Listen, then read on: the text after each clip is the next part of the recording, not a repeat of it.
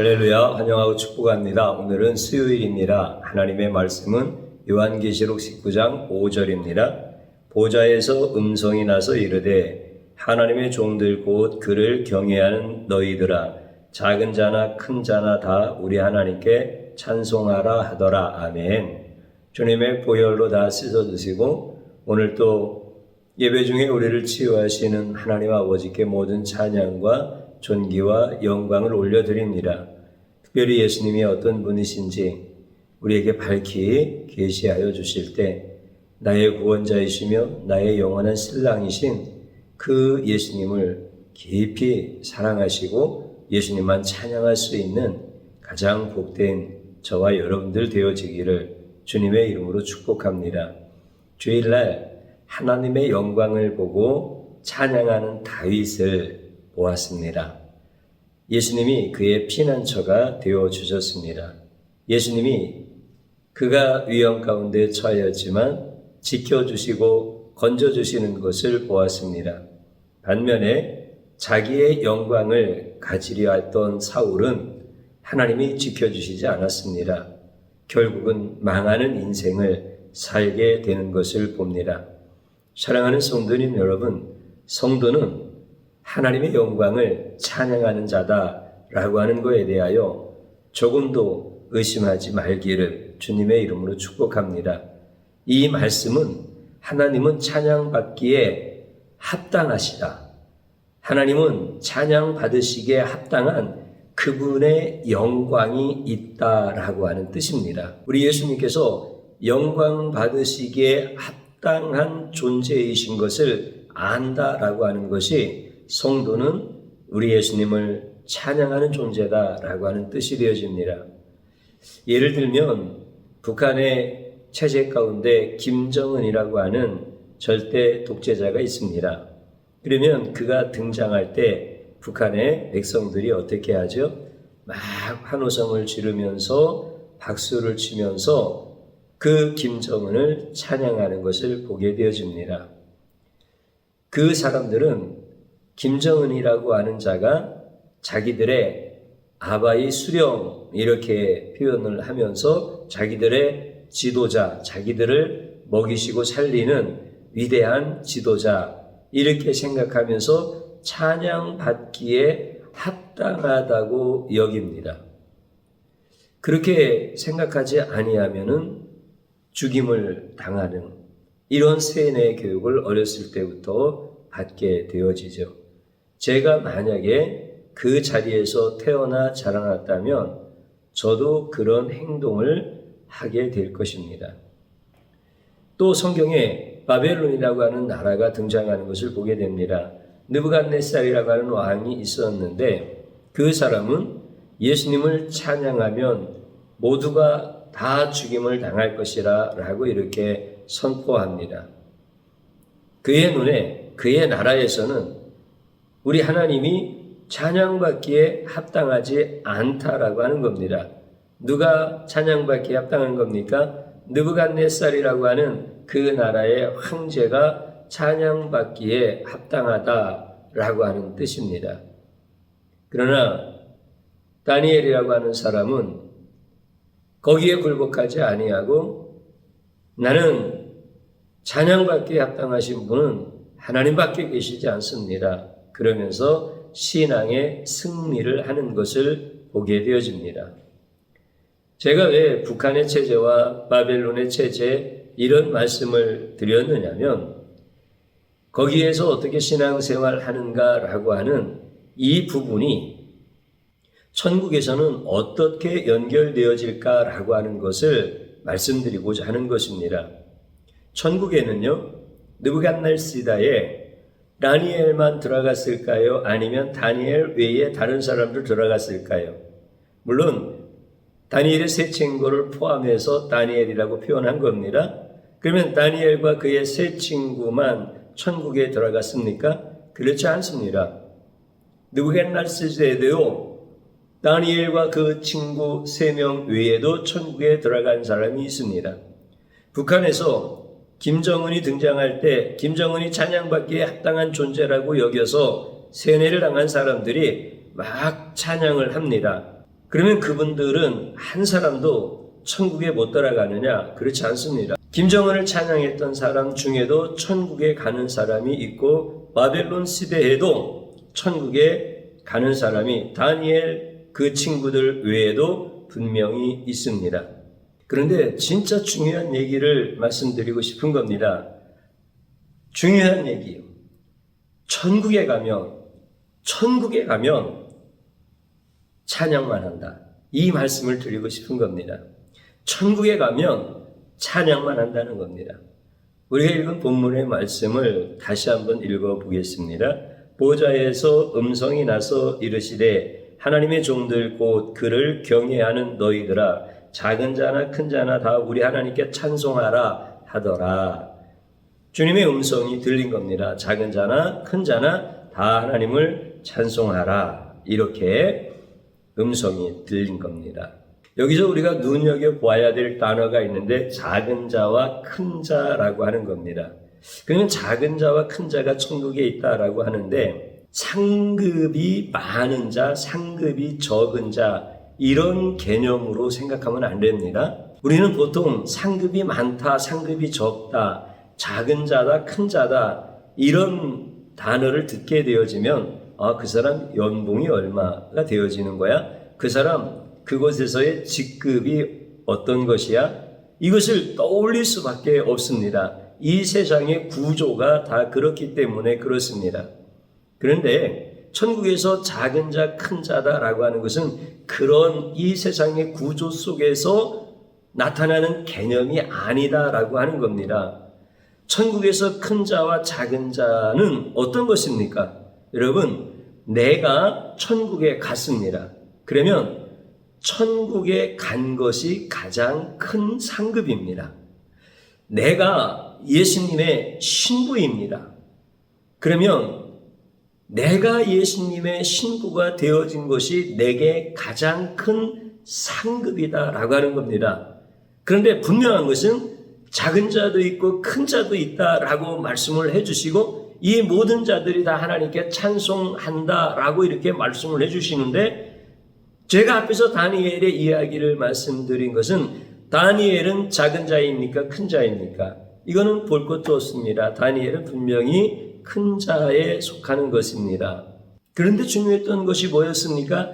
다니엘이 큰 자다라고 하는 이 부분이 상급이 많다 이런 개념이 아니다라고 하는 겁니다.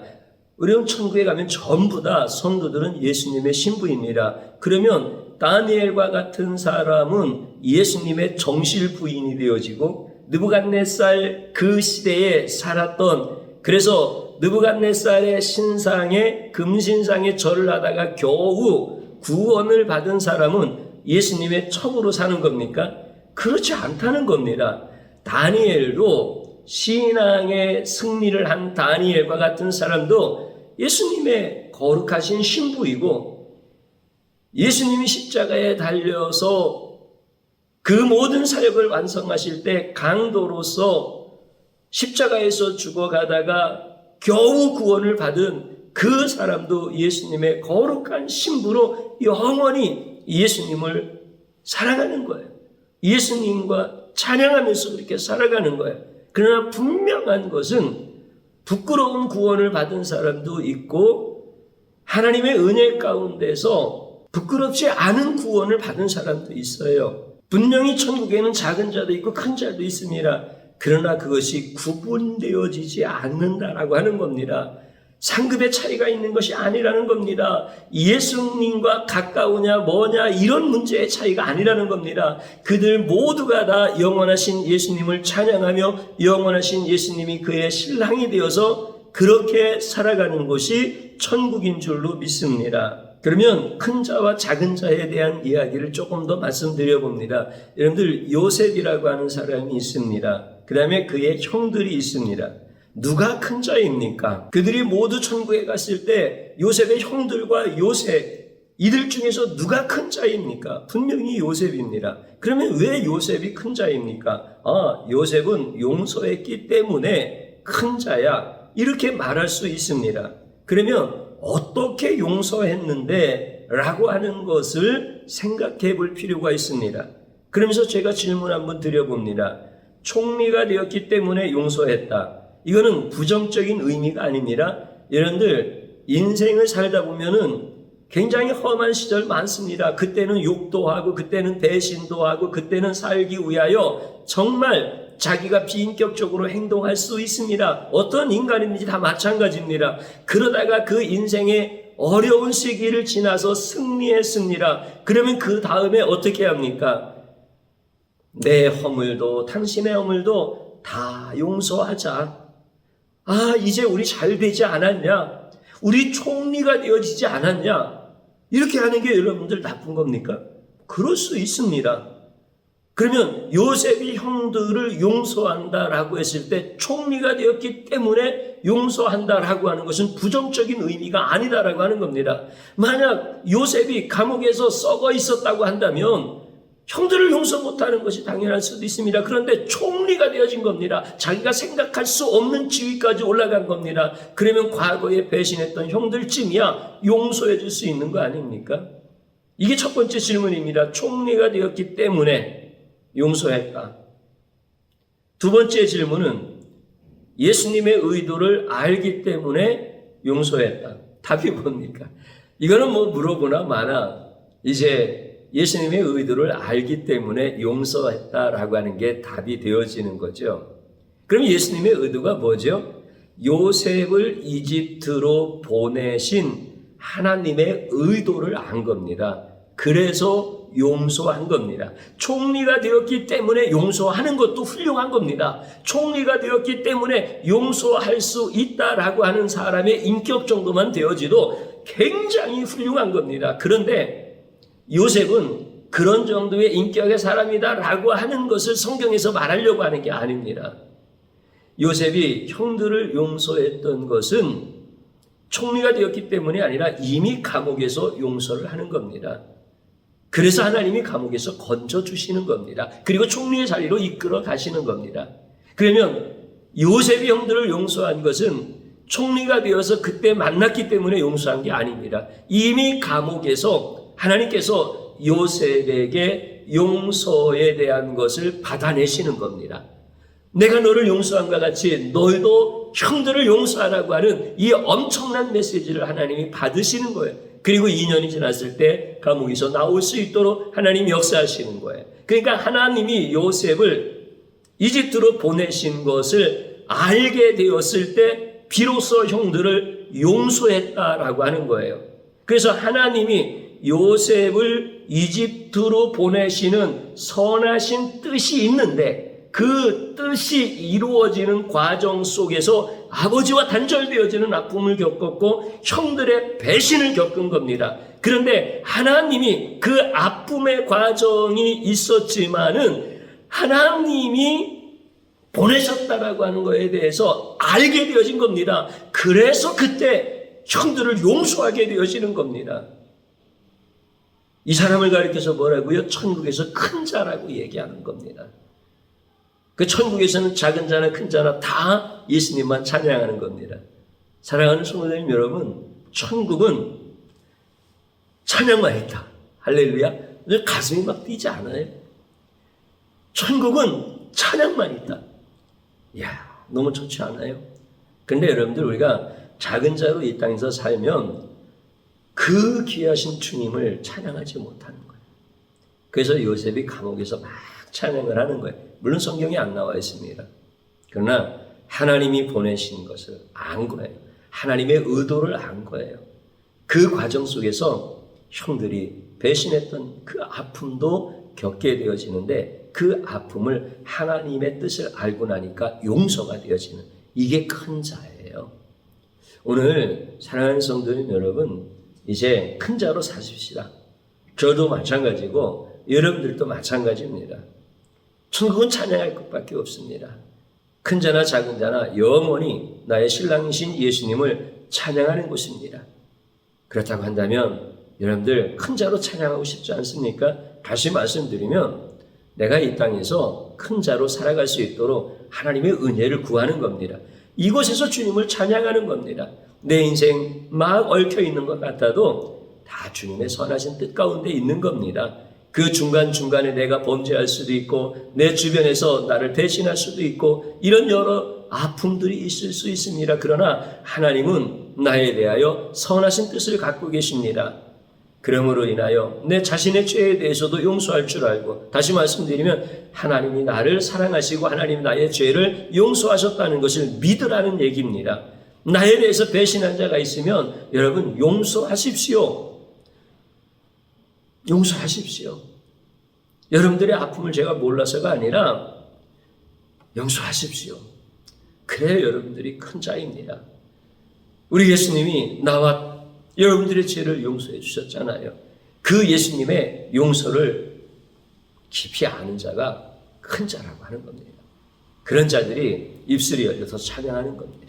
그런 자들에게 우리 예수님이 피난처가 되어주시는 겁니다. 여러분들 정말 믿음으로 사는 겁니다. 뭐가 그렇게 힘듭니까? 우리가 뭐가 그렇게 힘듭니까? 여러분들 돈이 그렇게 없습니까? 시간이 그렇게 없습니까? 건강이 없습니까? 그래서 11조도 못 드리고, 그래서 누리지도 못하고, 그래서 여유도 없는 팍팍한 인생을 살아갑니까? 믿음 없는 겁니다. 오늘 우리가 하나님 앞에서 진짜 큰 자로 사는 겁니다. 예수님의 용서를 경험한 사람. 그래서 내가 이제 주님을 찬양하는 인생으로 살아가는 겁니다. 그래야 자녀들한테 찬양하라고 가르쳐 줄 수 있지 않겠습니까? 우리가 찬양할 때 주님이 우리의 피난처가 되어주시는 것을 다윗을 통해서 봤지 않습니까? 요셉을 통해서 보았고 다니엘을 통해서 보았지 않습니까? 오늘 그렇게 살아가는 겁니다. 저와 여러분들이 그 은혜 안에 있기를 주님의 이름으로 축복합니다. 저를 한번 따라서 해보시기 바랍니다. 예수님을 찬양하지 못하는 죄를 용서하소서. 진심으로 회개하는 겁니다. 또 한번 따라서 하십시오. 요셉, 다니엘, 다윗처럼 큰 자로 살게 하소서. 평생 찬양하면서 살게 해달라는 간구입니다. 우리 주님 한번 부르고 기도합니다. 주여, 오늘 이 시간에 우리가 천국에 대한 말씀을 가르쳐 주셔서 감사합니다. 천국은 찬양만 있습니다. 천국은 찬양만 있습니다. 거기에는 밤도 없고 거기에는 눈물도 없고 거기에는 찬양 못할 이유가 없습니다. 주님, 그 놀라우신 은혜를 우리에게 주셨습니다. 작은 자나 큰 자나 하나님께 찬양할지어다 라고 하시는 그 주님의 음성을 듣고 이제 우리의 영혼이 깨어 일어나기를 원합니다.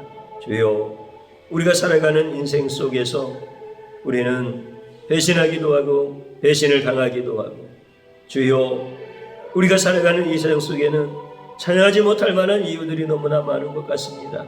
그러나 이제 그렇게 작은 자로 살지 않게 해주십시오.